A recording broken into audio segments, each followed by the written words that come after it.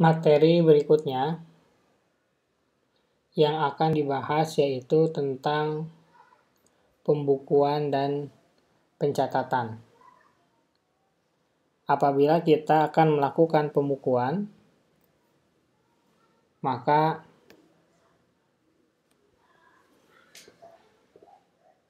pembukuan itu akan menghasilkan yang namanya penghasilan neto. Kemudian apabila pencatatan, nanti akan menghasilkan informasi penghasilan bruto. Baik itu penghasilan neto maupun penghasilan bruto, ini akan menjadi DPP atau dasar pengenaan pajak yang nantinya akan dikalikan dengan tarif, ya, DPP atau PKP, penghasilan kena pajak yang nantinya akan dikalikan dengan tarif. Untuk pembukuan dilakukan oleh yang pertama wajib pajak orang pribadi yang memiliki kegiatan usaha atau pekerjaan bebas. Jadi kalau misalkan karyawan itu tidak wajib melakukan pembukuan. Pembukuan juga wajib dilakukan oleh wajib pajak badan. Nanti kita akan membahas lebih lanjut tentang siapa aja yang wajib melakukan baik itu pencatatan maupun pembukuan. Di sini disebutkan karena kita menggunakan self-assessment, maka kita diberikan yang namanya kepercayaan. Salah satunya yaitu kepercayaan untuk menghitung dan memperhitungkan. Menghitung dan memperhitungkan apa? Kewajiban perpajakan. Nah, inilah yang menjadi tujuan dari pembukuan dan pencatatan, yaitu memperhitungkan kewajiban perpajakannya. Tujuan pencatatan dan pembukuan. Tujuan pencatatan dan pembukuan adalah memperhitungkan kewajiban perpajakannya. Maka di dalam KUP itu wajib pajak wajib melakukan pembukuan. Kemudian di Undang-Undang KUP disebutkan pengertian dari pembukuan. Pembukuan yaitu suatu proses pencatatan yang dilakukan secara teratur untuk mengumpulkan data dan informasi keuangan yang meliputi harta, kewajiban, modal, penghasilan dan biaya, serta jumlah harga perolehan dan penyerahan barang atau jasa yang ditutup dengan menyusun laporan keuangan berupa neraca dan laporan laba rugi untuk periode tahun pajak tersebut. Nah, agar kita tidak membuat laporan keuangan itu berbagai jenis, maka kita akan membuat laporan keuangan berdasarkan standar akuntansi keuangan. Karena sebagaimana kita tahu, laporan keuangan itu wajib hanya satu. Mau itu laporan keuangan yang kita serahkan kepada auditor, yang akan kita serahkan kepada bank, yang kita serahkan kepada pajak. Seperti itu. Kemudian dilanjutkan bahwa tidak semua wajib pajak itu mampu menyelenggarakan pembukuan. Kenapa? Karena dia harus menyusun semua ini. Dari mulai laporan keuangan berupa neraca, laba rugi, dan lain-lain. Makanya, yang namanya pembukuan itu bisa digantikan dengan pencatatan. Apa itu pencatatan? Di sini dijelaskan. Pencatatan yaitu pengumpulan data yang dikumpulkan secara teratur tentang peredaran atau penerimaan bruto dan atau penghasilan sebagai dasar untuk menghitung jumlah pajak yang terutang. Seperti itu. Termasuk juga penghasilan yang bukan objek pajak. Adapun yang bisa melakukan pencatatan yaitu adalah wajib pajak yang memiliki penghasilannya itu di bawah 4,8 miliar atau 4,8 miliar ke bawah. Yang dimaksud adalah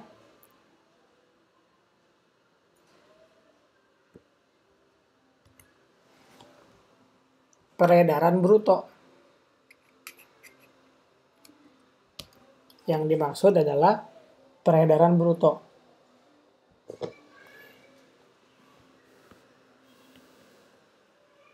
Ya. Ini peredaran bruto. Bagaimana cara menghitung peredaran bruto? Sederhana ya. Ini P dikali Q. Penjualan atau harga dikali dengan kuantitas yang terjual. Alias pendapatannya saja. Nah, itu namanya penghasilan bruto. Seperti itu. Nah, apabila kita memenuhi persyaratan itu, di mana dalam 1 tahun itu tidak boleh lebih dari 4,8 miliar, atau 400 juta per bulan, atau 13,4 juta per hari, maka ketika dia mau melakukan pencatatan, dia harus memberitahukan kepada Dirjen Pajak dalam jangka waktu 3 bulan pertama. Seperti itu. Namun tentu saat ini 13.400.000 per hari itu bukan nilai yang besar. Jadi banyak yang wajib melakukan yang namanya pembukuan. Adapun yang wajib melakukan pembukuan, yang pertama WP badan. Terus tadi kenapa WPOP wajib juga? Nah, itu ada syarat dan ketentuan berlaku yang harus dipenuhi, yaitu lebih dari 4,8 miliar. Gitu ya. Makanya di sini yang kedua dibilang WPOP yang melakukan kegiatan usaha atau pekerjaan bebas kecuali WPOP itu kurang dari 4,8 M. Jadi kalau begitu kita bisa simpulkan bahwa apabila di sini ada 4,8 miliar, jika kondisi dia lebih, maka dia wajib melakukan pembukuan.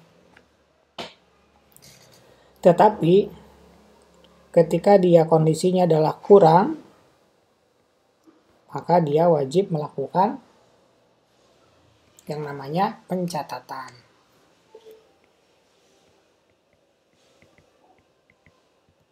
Nah, seperti itu.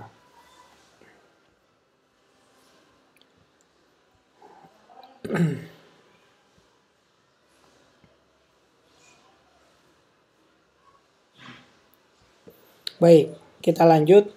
Siapa kalau begitu yang boleh melakukan pencatatan? Tentu, apabila kita sudah mengetahui kewajiban seseorang yang melakukan pembukuan, maka selainnya adalah pencatatan. Di mana hati-hati kita harus memberikan informasi kepada pajak bahwa 3 bulan pertama, ya, dalam jangka waktu 3 bulan pertama. Seperti itu.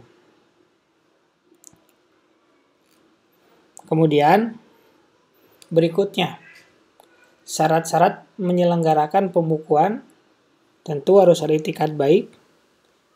Maksudnya tidak boleh berniat untuk menipu atau memperkecil laba agar labanya kecil.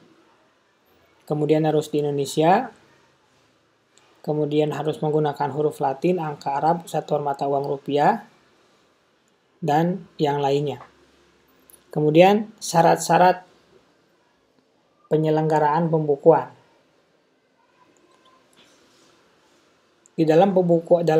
Syarat-syarat dalam menyelenggarakan pencatatan. Di dalam pencatatan itu harus menggambarkan, menunjukkan, memberikan informasi kepada pajak, kepada fiskus tentang peredaran atau penerimaan bruto yang diterima atau diperoleh. Kemudian, pada saat kita melakukan pencatatan pun harus terlihat mana saja penghasilan yang bukan termasuk objek pajak. Seperti itu. Kemudian, kalau misalkan WP itu punya banyak jenis usahanya, maka harus dipastikan pada saat pencatatan itu terlihat, misalkan toko di kota A penghasilan brutonya segini, toko di kota B penghasilannya segini, harus terlihat seperti itu. Berikutnya, tujuan penyelenggaraan pembukuan atau pencatatan. Nah, ini tentu tujuan penyelenggaraan pembukuan dan pencatatan itu yang berkaitan dengan kewajiban kita dalam hal perpajakan. Seperti itu. Makanya di sini tujuan penyelenggaraan pembukuan atau pencatatan itu semuanya untuk mempermudah. Berarti pembukuan dan pencatatan itu adalah alat. Karena kita tahu yang namanya alat itu pasti tujuannya untuk mempermudah. Makanya ketika alat kita benar, alat kita sudah bagus, maka hasil yang dihasilkannya pun akan benar juga. Seperti itu. Berikutnya, pembukuan dalam bahasa asing dan mata uang selain rupiah. Jawabannya, diperkenankan. Tapi diperkenankan itu hanya dengan menggunakan bahasa Inggris. Kemudian mata uang yang digunakannya pun hanya dolar Amerika Serikat. Adapun persyaratannya ya adalah sebagai berikut. Ya, ini bisa dibaca nanti, dipelajari, pasti ada di mana-mana begitu. Kemudian dalam hal kita melakukan pembukuan dengan bahasa asing atau mata uang selain rupiah, maka yang harus kita lakukan adalah melakukan pengajuan.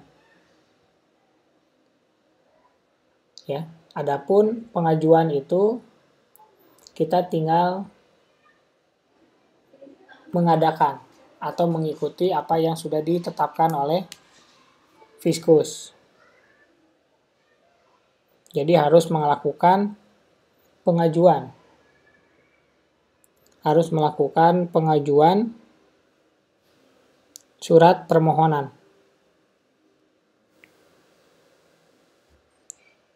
Yang kita ajukan paling telat itu selama 3 bulan sebelum kita melakukan pencatatan atau pembukuan dengan menggunakan bahasa selain bahasa Indonesia dan rupiah. Seperti itu ya.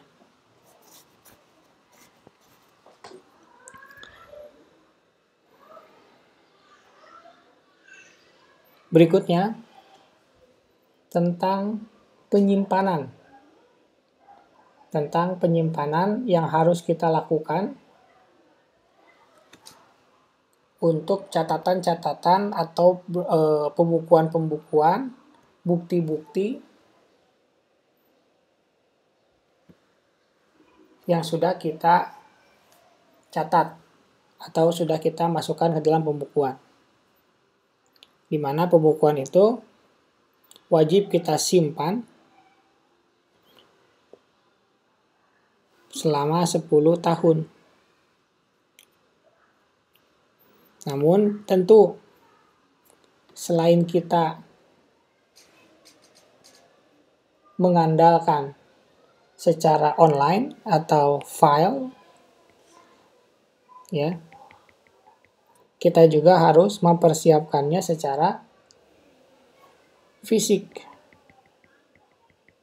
Yang dimaksud dengan file itu misalkan scan gitu ya, hasil scan. Tapi kadang ada beberapa Fiskus yang menginginkannya itu fisik, nggak mau scanan karena takut diedit dan lain sebagainya. Makanya kita harus menyediakannya, karena itulah kewajiban kita sebagai wajib pajak.